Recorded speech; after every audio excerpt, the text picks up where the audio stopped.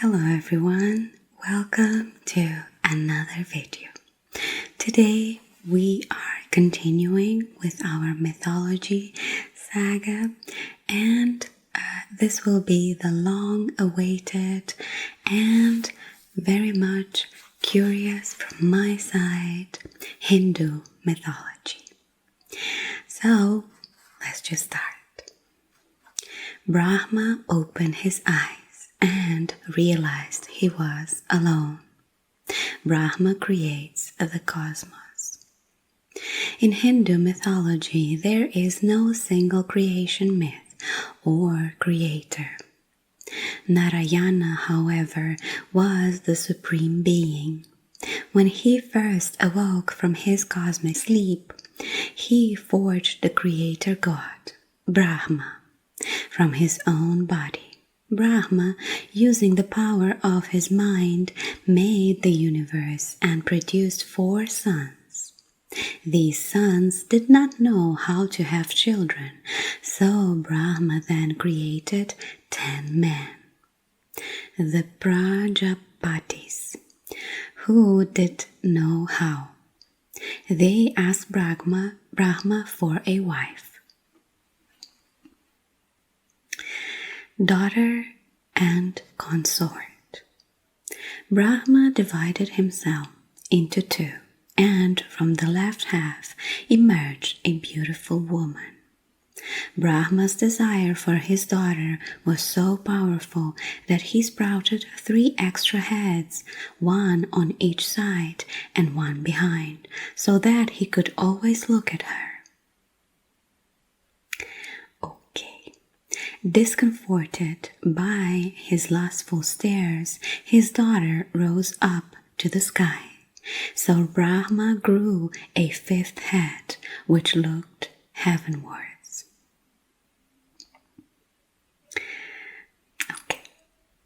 The daughter fled, adopting various female animal forms as she ran: goose, mare, cow, doe.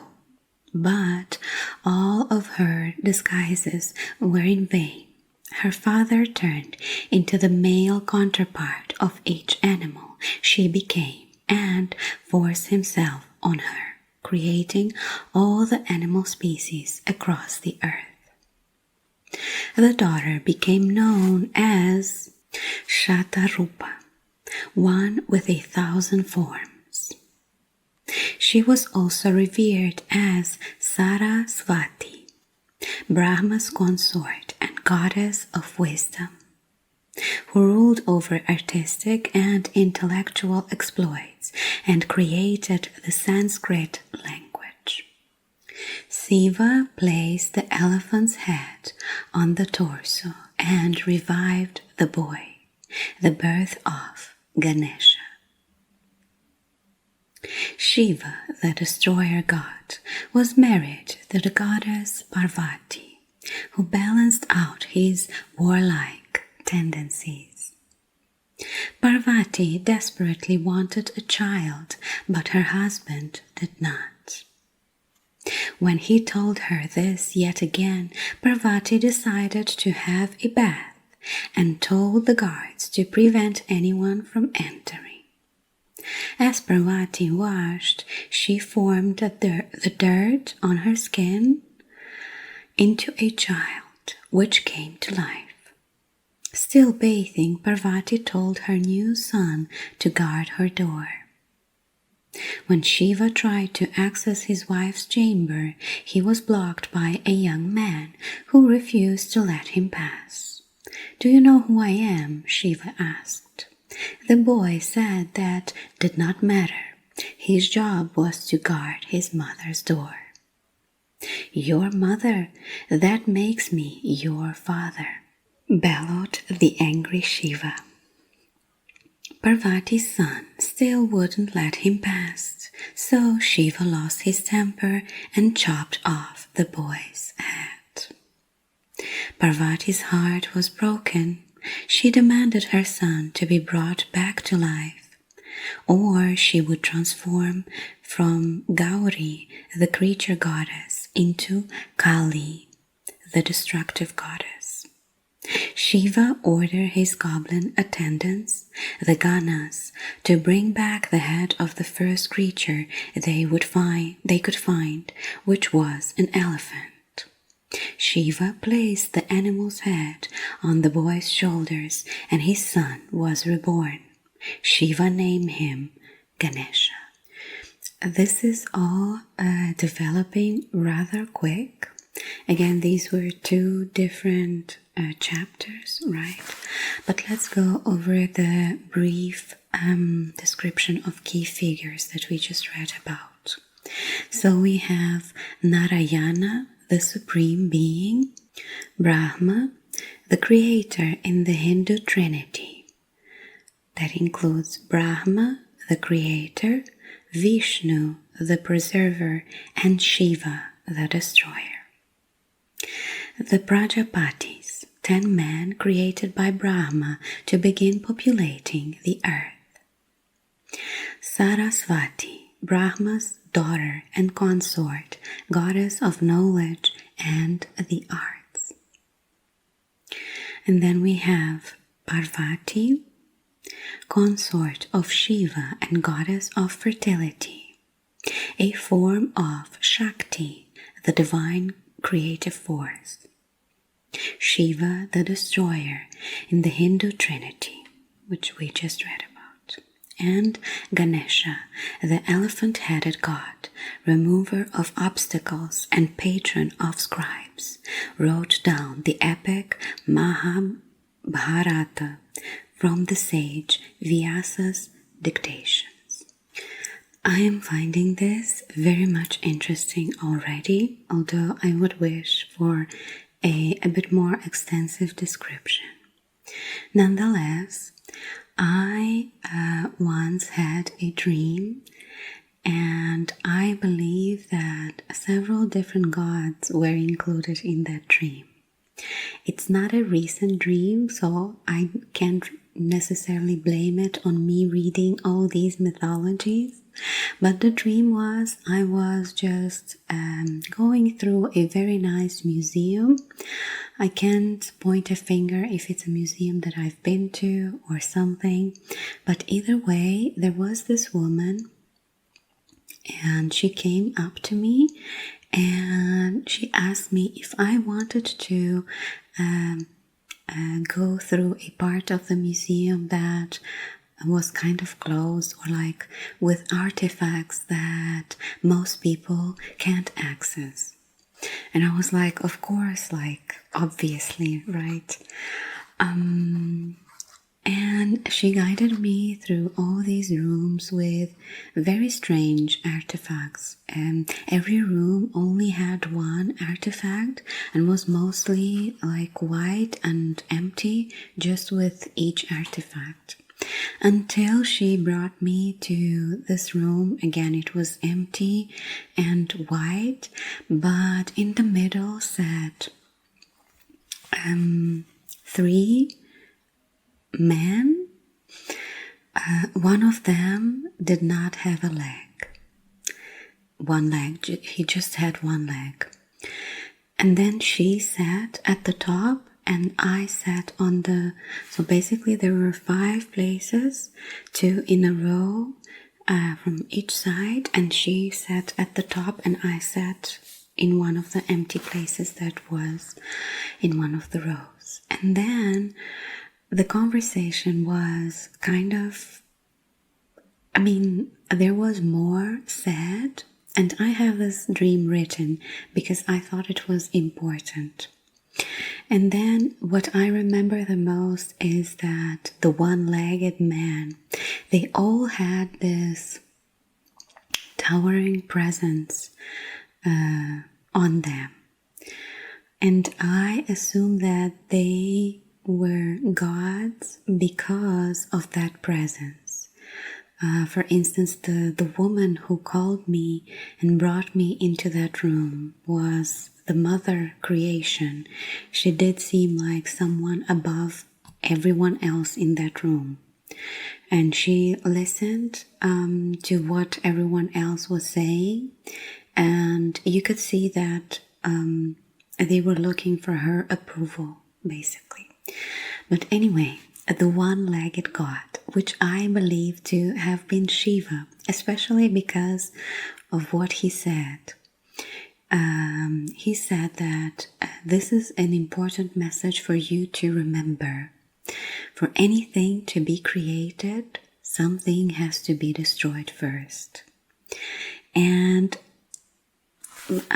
in the dream, of course, I did not realize that he could be, right? That, okay, this is Shiva, the one-legged god, the destroyer, blah, blah, blah.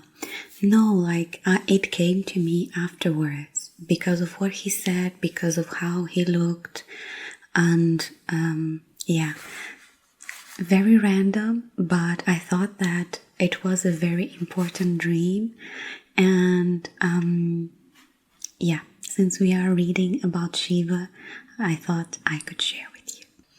Okay, but our next chapter is, O King, it is wrong to gamble oneself, the game of dice. The game of dice is a pivotal moment in India's epic, the Mahabharata. Thought to be the longest poem ever composed, the Mahabharata is a collection of stories that reflect the story and culture of Hindu civilization and tell the stories of families feuding for power. The game of dice tells of a legendary conflict between two branches of an Indian ruling family, the Pandavas and the Kauravas. Gambling with the dice was a sacred ritual.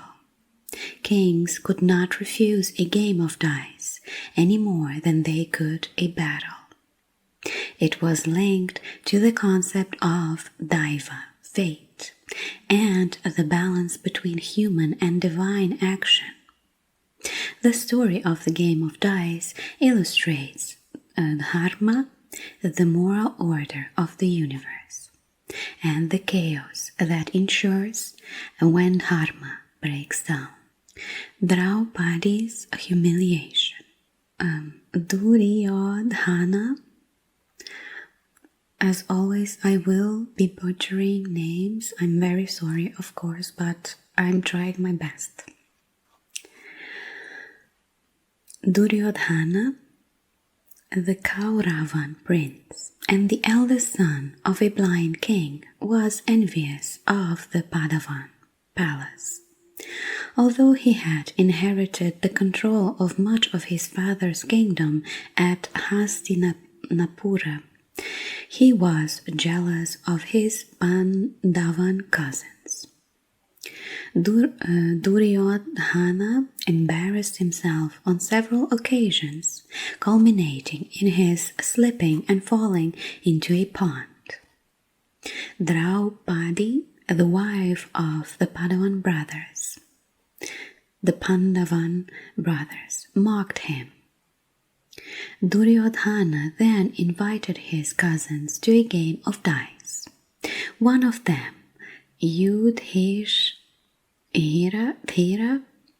played and recklessly gambled away his kingdom, his brothers, and his wife. His loss condemned some of his families to servitude and others to 12 years exile. When a servant was sent to take Draupadi to the slave quarters, the menstruating Draupadi was in the royal bath. She refused to leave, but was dragged by her hair into the court. Draupadi wore only a single layer of fabric, a sari with no underlayers, and was streaked with blood. No one came to her aid to preserve her modesty. To justify this outrage, the man claimed that Draupadi deserved no respect, as she had been married to 5 brothers from a single family. What? This is confusing. Their mother had decreed that what one brother had won should be shared by them all.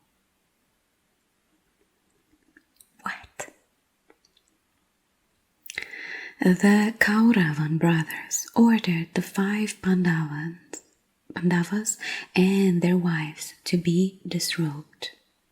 Draupadi prayed to Krishna, and as Duryodhana's brother Dushasana pulled at the fabric on her body, each yard was divinely reproduced. Try as he might, he could not unravel Draupadi's never-ending sari. Finally exhausted, Dushasana admitted defeat, and Bhima, one of the Pandava brothers, vowed to kill him one day in revenge. This is a dramatic, very dramatic. Exile and war. Sent into exile for 12 years, the Pandavas used this time to prepare for war. When Krishna discovered their plot, however, they were forbidden from returning to their kingdom. Krishna attempted to mediate, but war was inevitable, and when it came, Bhima killed Dushasana, and all other Kauravan brothers were killed in the battle. With this, the Pandavas were the rulers of Hastinapura. My gosh. So we have key figures, the Kauravan brothers, Duryodhana and Dushasana, the Pandavan brothers, Yudhishthira, Arjuna, and Bhima, Draupadi, wife of the Pandavan brothers, Krishna, an incarnation of Vishnu, god of love, one of the most revered Indian deities. And we have here a separate chapter for Bhagavad Gita. The Mahabharata details the power struggle between the Kauravan and Pandavan families, as well as the role of Krishna, the 8th incarnation of Vishnu, in these events. The Gita, often seen as a spiritual treatise, is an episode in Mahabharata and details a conversation between Krishna and Prince Arjuna, leader of the Pandavas. On the eve of a battle during the Kurukshetra war, Krishna appeared to the prince as his friend, as charioteer. When Arjuna said that he did not want to fight and believed killing to be wrong, Krishna questioned his logic and argued that he must fulfill his duty as a dharmic protector of his kingdom. In awe of such psychological knowledge, Arjuna asked his friend who he really was. Krishna revealed him his universal form with multiple heads and limbs, and Arjuna saw the universe existing in him. Arjuna then realized his own infinitesimal place in the cosmos, picked up his weapon and fought the battle. Okay, a lot has happened in just a very small situation. Again, I wish there was more description to it, right? So there is this event, this is happening, but where did it came from? We don't know. Rama is virtuous and the foremost among all righteous men, the Ramayana. So we have here all the incarnations of Vishnu, which are 10. The first one is Matsya, fish Vishnu. Fish as in fish from the swimming fish. Kurma, a turtle Vishnu. Varaha, wild boar Vishnu. Narasimha, lion-headed Vishnu. Vamana, dwarf Vishnu. Parashurama, axe-wielding Vishnu. Rama, king of Ayodhya. Krishna, the Dark One. Buddha, the Enlightened One.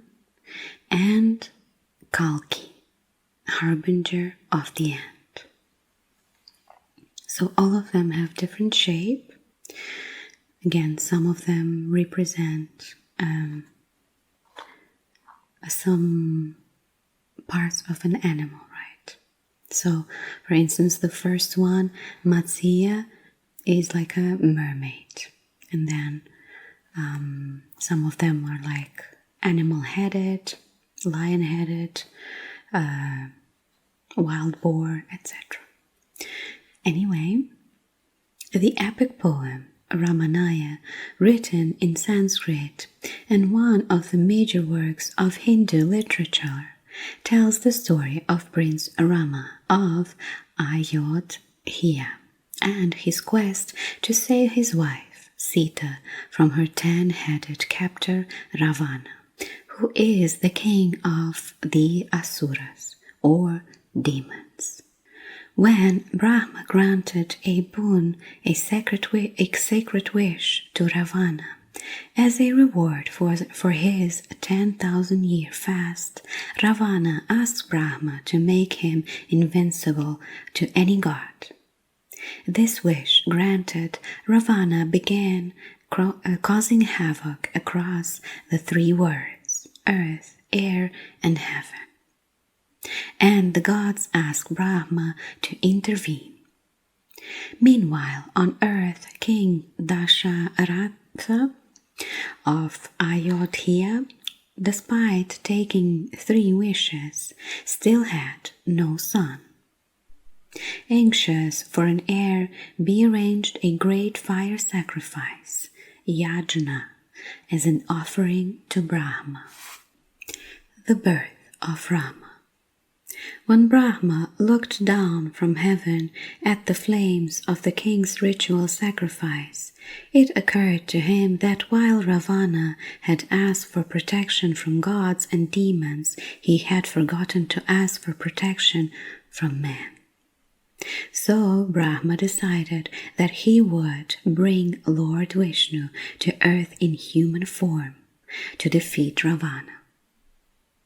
King Dasharatha's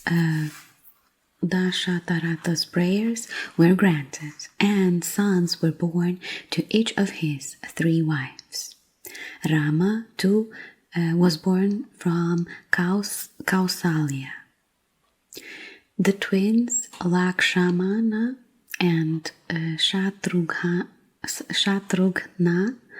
to Sumitra, and Bharata to Kaikeyi.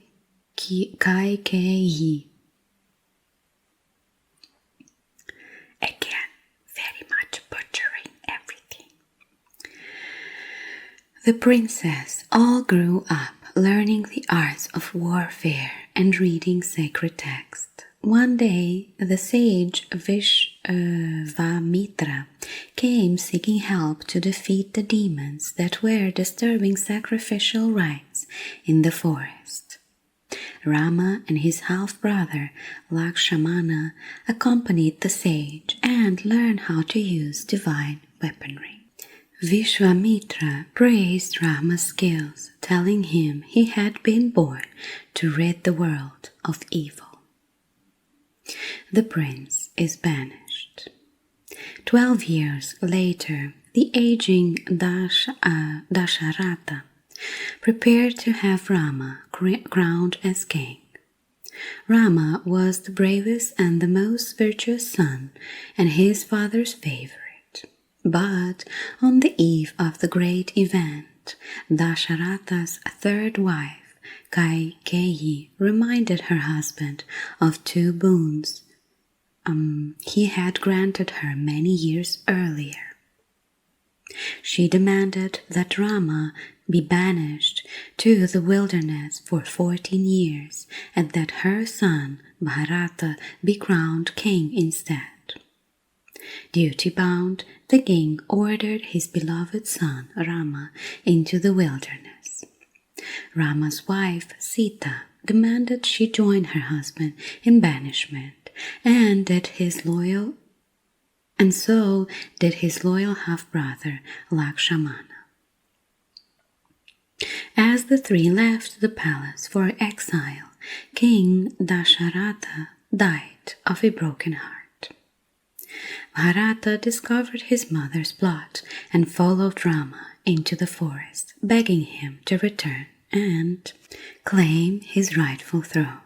But Rama was steadfast in his duty to carry out his father's orders, and so Bharata reluctantly ruled in his half-brother's absence, keeping Rama's golden sandals on the throne, ready for his return. The worship of Rama. Rama is the seventh incarnation of Vishnu and a major Hindu deity in his own right. From the first millennium BCE, Rama was widely recognized as an avatar of Vishnu and considered the ideal man. By around the 12th century CE, he came to be revered as a god. Rama worship strengthened significantly in the late 16th century when Tulsidas, a poet, saint, and devotee of Rama, wrote the epic poem Ramcharitmanas, which equated Rama with Brahman, the supreme being. Characterized by duty, integrity, and devotion, Rama's rule over the perfect utopian society at Ayodhya extended to the whole world and became known as Ramraj. Mahatma Gandhi used this ideal to visualize a new age of democracy, religious tolerance, and equal justice for all during India's independence movement against British rule, which finally ended in 1947. Each year, Rama's birthday is marked by the spring festival, Rama Navami, and his life is celebrated during the Hindu autumn festival, Navratri. Sita's abduction. 13 years later, in the forest by the sparkling Godavari river, the demoness Shurpanakha appeared and fell in love with the beautiful Rama. Failing to seduce him, she then pursued Lakshmana. Spurned again, Shurpanakha became incensed and flew towards Sita in the rage. The brothers caught the demoness and cut off her nose and ears. The following day, when Shurpanakha's brothers came to avenge her, Rama and Lakshmana showered them with arrows. Little did they know that Shurpanakha had another brother, Ravana, who would also seek revenge. One day, Sita spotted a golden deer by their forest settlement and became bewitched by it. Rama, intent on pleasing his wife, tried to capture it for her. The deer fled, leading Rama farther into the forest. Lakshmana heard Rama's voice calling out for help. He drew a protective circle around Sita and left her to follow the voice. Now that Sita was alone, a hermit appeared, asking for food. Wanting to unfold her people's generosity, Sita stepped outside of the circle. The hermit shed his disguise, revealing himself as the demon Ravana with 10 heads and 20 arms. He threw Sita over his shoulder and summoned his flying chariot. The old vulture, Jatayu, who had been keeping watch over the 3 exiles, tried to block the chariot, but Ravana chopped off his wings. Ravana's chariot flew across the seas onwards to the island of Lanka, where the demon was king.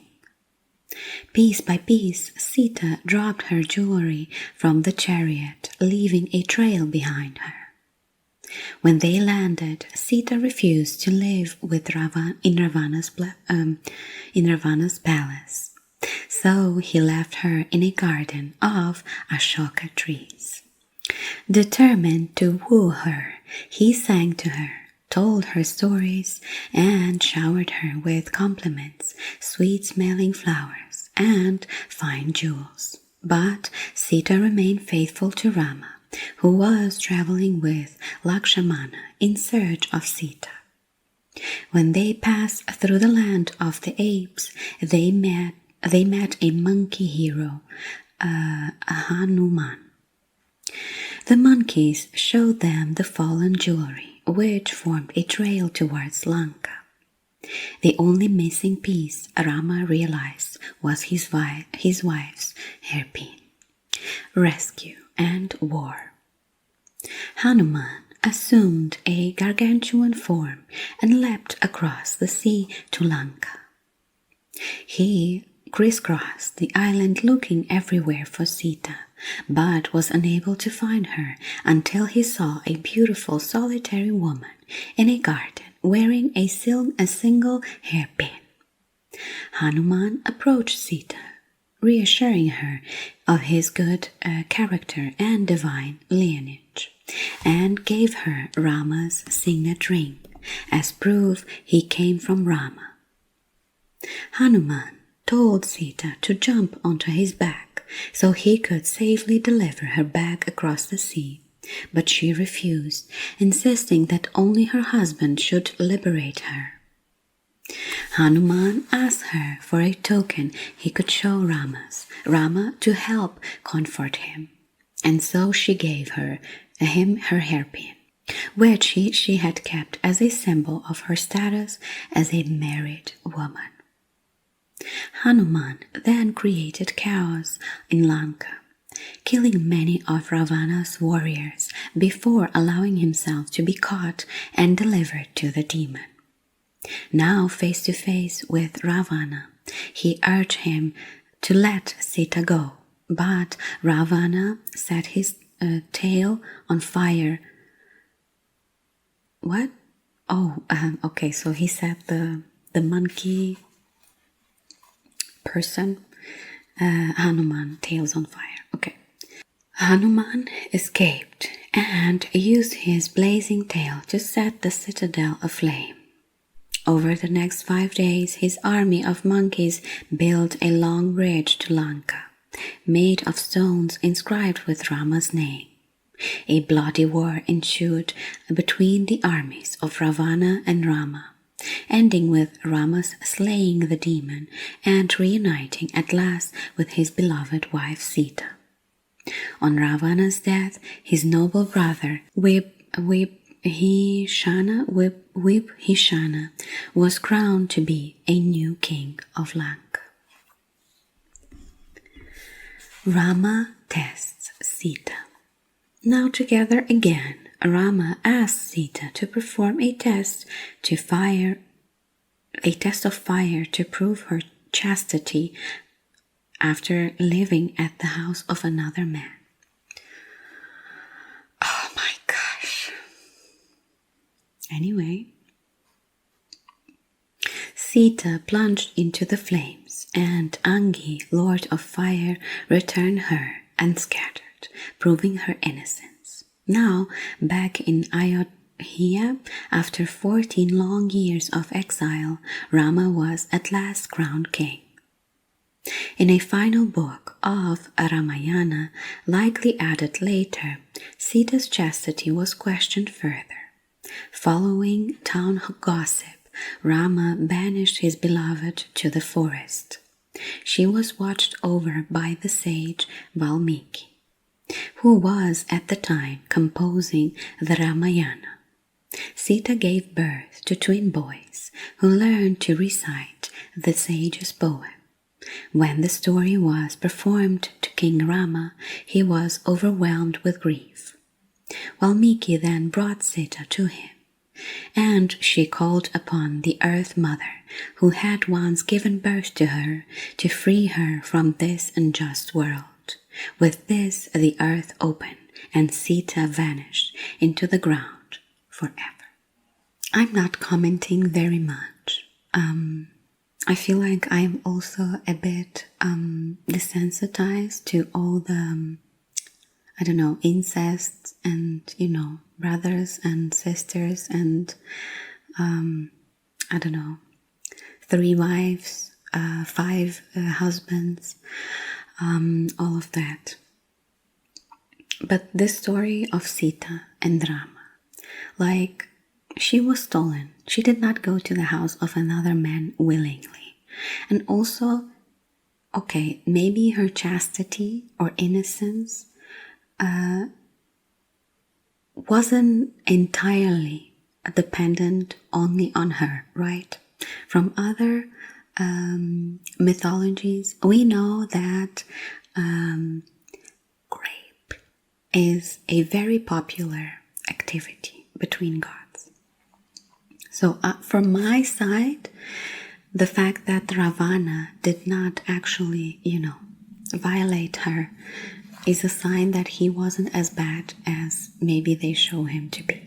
But also, again, Rama went through all this effort to save her, right? So even if her chastity was compromised, being that willingly by her or unwillingly by someone else, I don't know, if you really love someone, again, to go to war and with demons, and do all this just so then to banish her into the forest because you are questioning her chastity, she is back with you, right? And I don't know, it just doesn't make too much sense for me, the whole chastity and innocent things. But oh well, I'm gonna stop rambling now and go through a small separate chapter, a living text. The Ramayana is one of the world's longest epic poems and in Hindu tradition is considered the first example of poetry. Attributed to the revered poet Valmiki, the core material is dated to 500 BCE. But the story is thought not to have been fixed in its current form until a millennium later. The Ramayana's story is known throughout the Indian subcontinent to Hindus, Jains, and Buddhists. Muslim scholars and poets have a long history of interpreting the text and of painting its various scenes as miniatures. During the 16th century, the Mughal Emperor Akbar had the poem translated into Persian and painted on the walls of his court. Locations featured in the Ramayana are still revered as religious and pilgrimage sites, and the story continues to be told in various media. From poetry, drama, song, and dance to puppet shows, films, cartoons, and comics. In 1980s, television version was watched by more than 100 million viewers. I'd like to watch something related to the Indian mythology. I used to watch Indian movies when I was younger. My mom was a big fan of Bollywood movies. So she used to take me to the cinema with her to watch some of the movies. nowadays I really, obviously in places that I have lived, the media itself doesn't really show Indian movies or I don't know, like shows, etc. Of course, I could go and search on my own, right? But again, like you don't have very much available, for instance, on Netflix or Prime in my location, right? Because it's limited by location. So you have to go out of your way and maybe pay for a different service to watch this kind of content, which is a pity, you know. But I do know a few actors and actresses as well, like Aishwarya Rai or something like that. I may be pronouncing her name incorrectly, but she's very, very pretty. Anywho, next chapter. I am the lady, ruler of the worlds. Durga slays the buffalo demon. In Hindu mythology, the buffalo demon Mahishasura sought immortality to secure a victory for his fellow asuras over the benevolent deities, the devas, D-E-V-A-S, the devas. He undertook a long pinnacle to the god Brahma, but the creator god rejected his request. Mahishasura then asked that he should not be killed by any man, nor by Trimurti, the Hindu trinity of Brahma, Vishnu, and Shiva. Brahma agreed, knowing what was to be. Mahishasura amassed his troops, first devastating the earth, then defeating the devas in the heavens, forcing them to flee. Indra, king of the gods, begged the Trimurti to find a solution.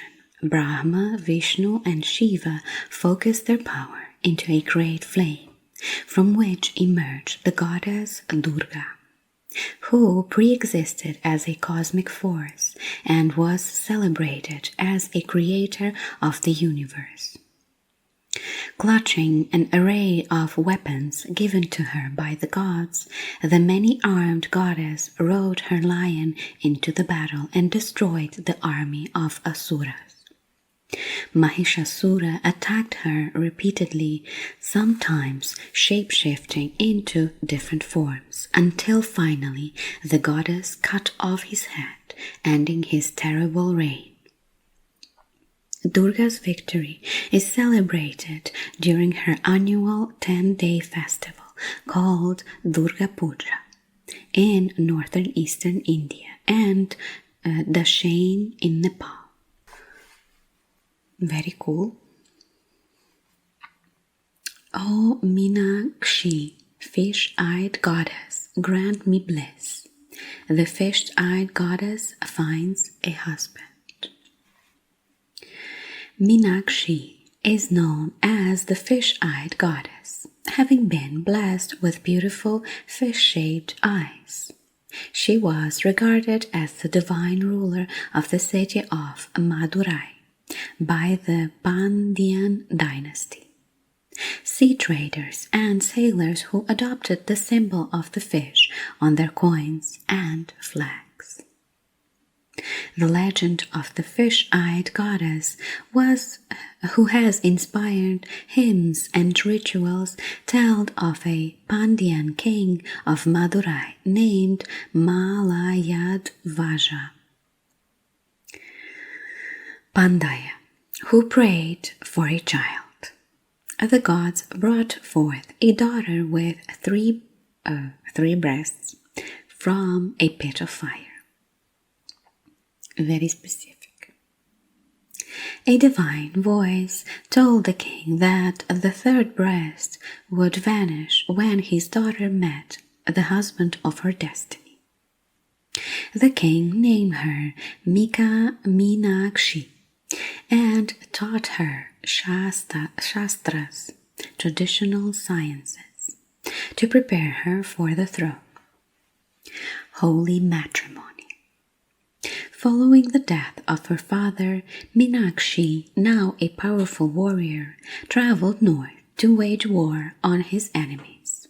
She conquered the abodes of Brahma, Vishnu, and the Devas, traveling further to the abode of Shiva. She triumphed over Shiva's attendants and his bull guardian, Nandi. Next in her line of attack was the hermit Shiva himself, but the moment they looked at each other, she realized she must be an incarnation of his consort, Parvati, goddess of fertility, love, and devotion. That instant, Minakshi lost her third breast. Shiva and Minakshi traveled to Madurai and were married. Okay, but where did the Parvati go? Like, was Shiva still married to Parvati when this happened? We don't know. The book doesn't tell. I feel like this whole section is just like small snippets, and I'm feeling a little bit confused. Just a little bit. Okay, this is the last chapter, and I do believe this still belongs to Hindu, but if not, then I'm very sorry. You are to be the king over all the world, the origins of the Baiga. The Baiga people from the area around the Mandla Hills in central India believe that their male ancestor, Nanga Baiga, was a great magician. According to legend, he was the first man, and Nanga Baigen was the first woman. The Baiga people believe that their early ancestors were born beneath a cluster of bamboo trees, having emerged from the womb of the Earth Mother, Dharti Mata. She is the consort of Thakur Deo, the lord of the village, and the oldest and the most venerated of the Baiga gods. Okay, so I feel like this is still Indian, but slightly different,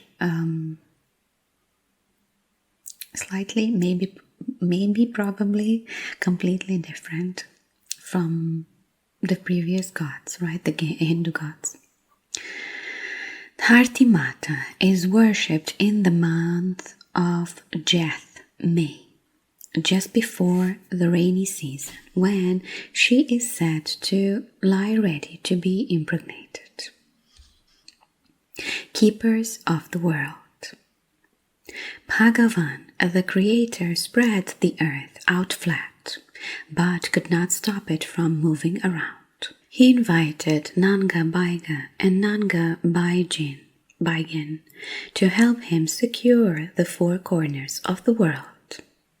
Nanga Baiga sacrificed a sow to Dharti Mata and a white cock, like chimkin, to Thakur Deo. Dharti Mata, who had been rocking back and forth, stood perfectly still when drops of sow's blood fell on her. She was pleased with the sacrifice and told Nanga Baiga that from now on she would listen to him when she became angry and started to rock. Nanga Baiga and Nanga Baigin found 4 large nails and drove them into the corners of the earth to keep it steady. Bhagavan told the Baigan pair that they must guard the world and keep its nails in place, and with that they became the keepers of the world. When Bhagavan had finished creating the world, he asked all of the tribes to assemble for he wanted to assign them a king. Once everyone had come together, Bhagavan saw that many were dressed in their finery, while Nanga, meaning nude, Baiga, wore nothing but leaves. He took Nanga Baiga and positioned him at his throne, making him king over all the world. Nanga Baiga was pleased, but because a member of the Gond people had once showed great kindness to him, he replied, "Make the Gond king, for he is my brother." The Creator honored the request and rewarded Nanga Baiga with his blessing. Serving Mother Earth. Bhagavan told Nanga Baiga that as long as they did not forsake the earth, the Baiga people would survive. Then he told him how to cultivate the land. He said that the Baiga could dig roots and eat them, or pick leaves and sell them, but that they must never plow the earth, for she was their mother. Instead, he told them to cut down the undergrowth, burn it, and sow seeds in the ashes. They would not gain riches, but they would grow enough to survive. Bhagavan then showed Nanga Baiga how to follow his slash and burn method of farming, and told him that the seeds are best sown when rainfall is expected. Once the Creator had taught Nanga Baiga everything he needed to know for his people to survive, it was time for the Baiga to receive the seeds. As Nanga Baiga took them from Bhagavan, some fell from his hand. The Creator told him, "It is good, it should be so, for only the poor will ever be content to be servants of Dharti Mata." Okay. And there's a small section of Baiga people farming today. An Adivasi tribal group, most of whom live in and around the state of Madhya Pradesh, central India. The Baiga farmers often live in hilly terrain and avoid to plow. Instead, they practice a traditional form of slash and burn cultivation called Bivor, as described in the Baiga Foundation's myth above. It is out of the same respect for Mother Earth that the Baiga remain semi-nomadic. The practice of shifting or rotating cultivation means that they move to a new plot of ground every few years, rather than stay put and exhaust the ground by continually cultivating it. That's very smart. And kind, of course. During the 19th century, colonial forest official forced many Baiga people to adopt the plow. One Baiga is reported to have said, "When we first touched the plow, a man died in our village." The Baiga people coexist with the Gond people, another Adivasi group, and have done for many centuries. The Gond favor the same agricultural practices which are sustainable in the face of climate change. That is very nice. I feel like many ancient people and civilizations used different cultivating techniques that were, again, a bit more kind to the earth, a bit more kind to the place and nature, of course, because obviously if you get a big piece of land, right, and you plow it and you take out all the trees and all the other plants that existed there, and you take them out, right? And just keep the clean field, that destroys habitats of animals that used to live there, right? So I feel like we should not place the ancient knowledge as rudimentary or, I don't know, useless, or kind of comparing it to be worse than ours. I believe that we do have lots to learn. But again, I'm not very opinionated today, so I leave it at that. I do believe that, again, this is from India, but I'm slightly separated from, again, slightly or very much separated from what we read before. Either way, that's the last chapter here related to Hindu mythology. I am slightly, I don't know, I don't want to say disappointed, but perhaps underwhelmed with the amount of information that we've been provided. I would like it to have been a bit more extensive and, I don't know, detailed, the stories to be a bit bigger, but maybe for that I have to, I don't know, buy a different book, right? It is kind of unfortunate because, for instance, in comparison to like Greek mythology, there's lots of details, lots of things that, I don't know. And here we have one of the major mythologies and cultures and stuff like that, and we don't really have as much in comparison, which is a shame. But I mean, obviously, I'm almost done with my golden book of mythology. Almost done, no. There's quite a few chapters that we haven't been through yet, but I do think that in the future I would like to maybe have one book dedicated to each mythology, and hopefully I can learn much more about Hindu mythology at that, when that happens, right? Anyway, but that will be it. I did enjoy what I learned. I'm very curious. Again, I did know about a few gods and their responsibilities and stuff like that.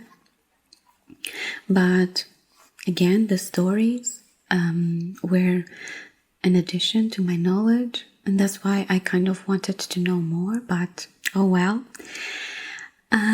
Yeah, but that will be it for this video. I hope you enjoyed it, and I will see you next time.